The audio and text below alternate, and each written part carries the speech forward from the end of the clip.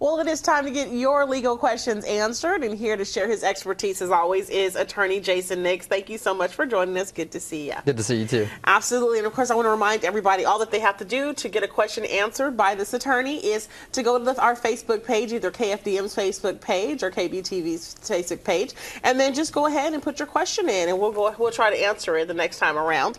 And of course, the first question for today is, what is a no-refusal weekend?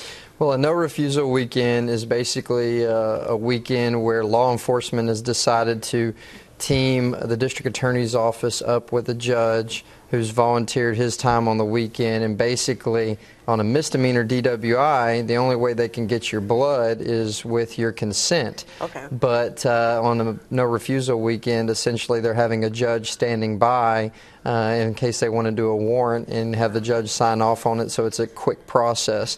Typically on misdemeanors, you're not going to have a lot of law enforcement agencies go get a judge up at midnight or 1 a.m. to sign a warrant.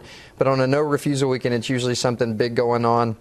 Like I know that they're having one for the Renaissance Festival in the Conroe area, usually on St. Patrick's Day, a time where a lot of people are going to go out and have some drinks, so usually have a no-refusal day. So they've got a judge standing by waiting to sign warrants so that the process is very quick and they can get your blood without your consent.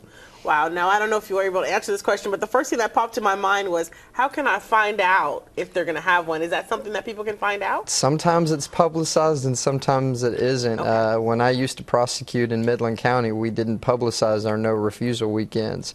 But a lot of times, a lot of counties, a lot of cities will, make that public. That way they hope to prevent people from going out and drinking and driving because they've let them know, hey, we're going to have someone standing by to sign off on your blood. Okay. So. All right, well, good to know. Yes. All right, and the next question is, I want a divorce but can't find my husband to serve him even though I know he's still in the area. What can I do? There's a couple of ways to do alternate service. If you know where his last residence was, you can have someone go by and attempt to serve him multiple times, and then they can sign an affidavit saying that that person is no longer there even though that's their last residence. But obviously their last residence was probably living with the wife. Exactly. So there is another way, another method. You could do service by publication by putting it in the newspaper, and so there's a way in the family code that you can specifically do that so you can still serve them without physically handing them paperwork. Interesting. Now, if you do put it in the paper, do you have to put it in a certain amount of times? Like you say, you have to serve someone at their old residence? Or? Right. You can put it, there's a certain area for legal notices in the newspaper, and you need to give them proper notice before you go forward with the case and, publicize it, and that's all set forth in the family code. That's not a problem that typically comes up quite a bit, but it can happen if they didn't end on very good terms and they don't want to talk to each other and let them know where they're staying, and you're ready to go forward. So that's one way to handle that, is to publicize it. Okay.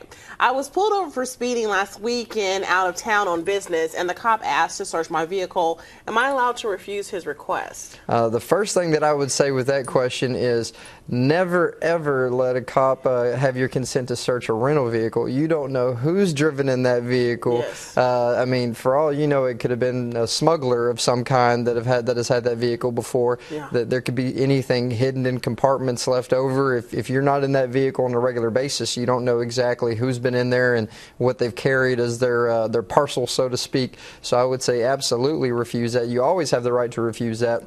And the only way they're going to be able to search is either with your consent, which obviously now you're going to refuse, or to have probable cause to search that vehicle. Especially if you're in a rental car, you should never let them search your vehicle with your consent. Now, obviously, if they have probable cause, they can still go in and search it at that point, but there's no sense in helping them if you're in a rental car. But even if it's not a rental car, you still have the right to refuse them to search your vehicle. And obviously, they can try to go ahead and do it if they have probable cause. If a court determines later on they never did, then it gets thrown out. Absolutely. Now, kind of talk to us a little bit about probable cause. What would be a situation where, would it be something where out in the open where an officer can see it, or what exactly is that? For example, a lot of cases we have where we're dealing with like marijuana. If the officer smells burnt marijuana coming from the vehicle, that's enough probable cause to search the vehicle. So it depends on what the situation is, what the purpose of the probable cause is. But something like burnt marijuana, obviously if they see firearms sitting out, something Yeah. in plain view, you're definitely going to have some kind of probable cause for a potential crime that's taking place. All right, Attorney Nix, thank you so much. And as you. always, again, just go to our website if you'd like to have a legal question asked.